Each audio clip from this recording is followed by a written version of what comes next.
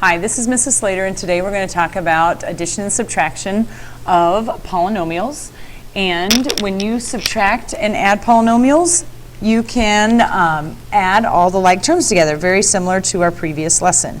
So when we are adding things like adding polynomials, you look for like terms. So if we have 3x cubed plus 4x squared minus 7x minus 2, and we are supposed to add the two of these together, negative 7x cubed minus 2x squared plus 3x, we look for the common terms. So in this particular example, 3x cubed and negative 7x cubed are the same. So we're going to add those integers together to get negative 4x cubed. And the next one is 4x squared and negative 2x squared. So we add those together to get 2x squared. And finally, the only thing left is the negative 7x and the positive 3. So I'm going to get a negative 4x. The only thing that's left by itself is the 2, so we're going to leave that as our final answer. Okay? So that's adding polynomials. The next one, or the next thing I want to talk about is going to be additive inverse. And we have already talked about additive inverse in matrices. Well, it's very similar to additive inverse for any polynomial. You're just going to change all the signs. So the additive inverse of negative 3x squared y plus 5xy plus 4y, the additive inverse of this would be to change all of the signs to opposite. So it would be a positive 3x squared y minus 5xy minus 4y. And that particular method is going to be needed for subtracting exponent, or subtracting terms. So that is the third thing we're going to talk about today, is subtracting polynomials. Okay, and when you subtract polynomials, you may get something like this. 4x squared y plus 7xy squared and 7x squared y and minus 14xy squared. Okay, so when you're combining them, it may be helpful to write them out so you are subtracting. So it's 4x squared y plus 7x squared minus all of the second part of the information given. So additive inverse is handy because you can add the opposite to each one of them. So I'm changing this one into its additive inverse. Now we'll make it a little easier when we are adding and subtracting. Okay, so then 4x squared y is now going to go with this to give me a negative 3x squared y. The next one is, I'm going to just circle twice here. If you add those together, you get 21xy squared. So that's how you're going to subtract polynomials. Okay, and then the fourth thing I want you to discover today is multiplication of polynomials. So if we're going to multiply, you've often heard of FOIL when you have a binomial times a trinomial, or it's just a lot of distributive property. A lot of distributive property. So if you can keep those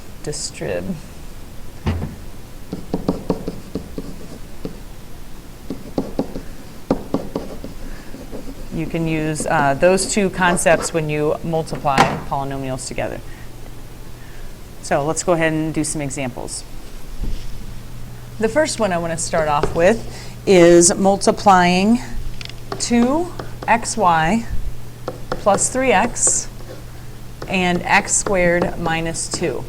Okay, because they are two binomials, we would need to multiply the first term by both of the second expression. So it looks like this. 2xy times x squared, and then also 2xy times the negative 2. Always take the sign to the front. Okay, and then the next is taking 3x and multiplying it by the 2 in the second expression. So you would have 3x times x squared and 3x times negative 2. Okay, always taking the sign to the left of whatever you have. Okay, and then when you multiply everything together, the x's and the exponents will be a total of the x's, so it'd be 2x cubed because there are 3 of them, and then y. This right here is a minus or a negative 4xy. On this one, we have 3, and there are 3 x's again, so it would be a total of x cubed. And this last one, there's only one x, so 3 times negative 2 is negative 6, and x. So you look for anything to combine like terms, and since there are no like terms, that's going to be your final answer. Okay? And another type of multiplying polynomials would be if you have something squared. For example, 4x minus 5y squared. Anytime you see something squared, there are 2 of them.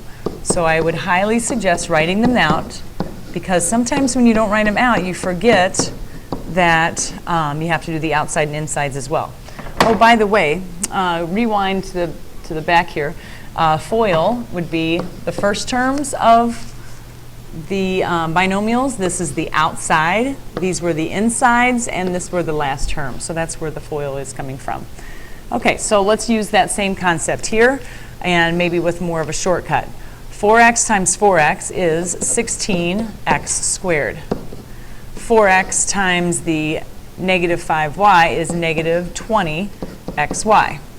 And now for negative 5x times both of them, negative 5y, again, taking that sign to the left of the 5y, would be a negative 20xy. And then those multiplied together, negative 5y and negative 5y, give you a positive 25y squared, because there are 2 of them. You're going to have to multiply them and make it 2. And then combine like terms, you can see that both of those are the exact same. So you get negative 40xy plus the 25y squared for your final answer. Okay, so that's the second type of multiplying. The next type is going to be something like this, where you have to take more. It's a trinomial times a binomial. So 2x plus 3 plus 5y times 2x minus 3 plus 6y. Okay, so very similar. We're going to take 2x and multiply it by every term in the second expression. So 2x times 2x would be 4x squared. 2x times negative 3 is a negative 6x.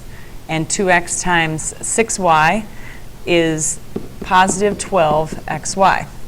Okay, now let's go on to 3. We're going to multiply 3 to every term in the second expression, or the second polynomial. 3 times 2x is 6x. 3 times negative 3 is negative 9. 3 times 6y is 18y. And then finally, we're going to take 5y and multiply it by each one of them. The first one being 10xy. The second one is negative 15y. And the last one is 30. And there are 2 y's, so it'd be y squared.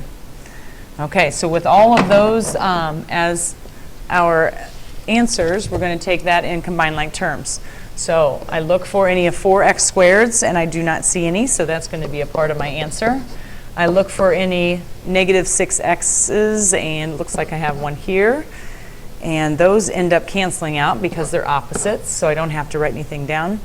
The next one, we have a positive 10xy and a negative, positive 12 and a positive 10xy. And that's it for that, to give us a total of 22xy. A constant is negative 9 and no other constant. So negative 9 is going to be the answer. And then the next one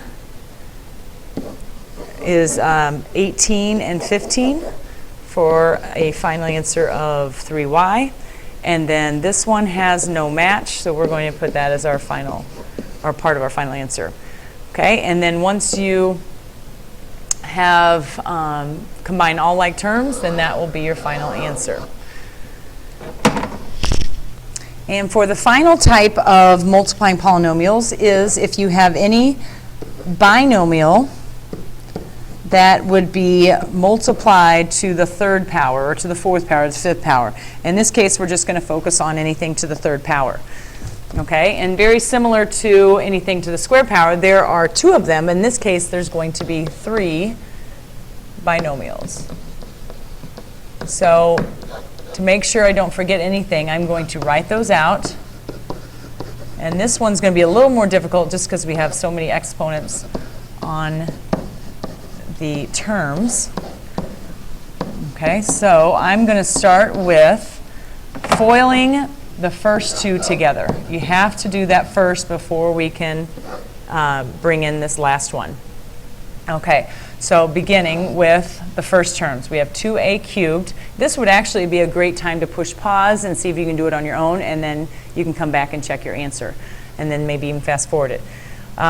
Okay, so here we go. 4a, and there are a total of 6 of them, so we have to add those exponents. Then we have 2a cubed times negative 5b squared, so that's going to be a negative 10a cubed b squared.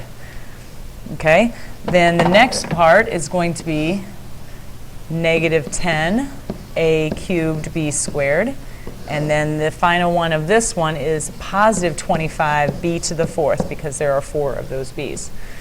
Okay, combining like terms would be these middle two.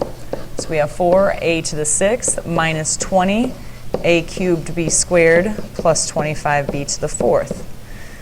Okay, so now that is a trinomial, and we have to multiply it by what is left over. So this needs to be a part of the next step. Okay, so we have to distribute 4a to the 6th times each one of them in the binomial. So I'm going to be left with 8, and there's a total of 9 a's. Then I have a negative 20 a to the 6th b squared. Okay, and then for the next one, negative 20 times both of them is going to be a negative 40 a to the 6th b squared. And then also positive 100 a cubed and b to the 4th, because there are 4 of them. And then finally, we've got 25 times both of them. So 50 b to the 4th, and actually putting a first would help keep everything consistent. A cubed and then b to the 4th. And then negative 25 times 5, we've got remainder, so 125, and there are a total of 6 b's. Okay, so now let's look for matches. Does this match with anything? No. Does this match with anything? Yes. So we're going to put negative 60a to the 6th b squared. Notice the exponents and variables do not change when you add and subtract. And then does the next one match with anything? Yes, these two are a match. So we have 150 a cubed b to the 4th. And finally, this last one doesn't match with anything, 125 b to the 6th. And then that would be your final answer, because all the terms are combined. And this concludes our lesson for today.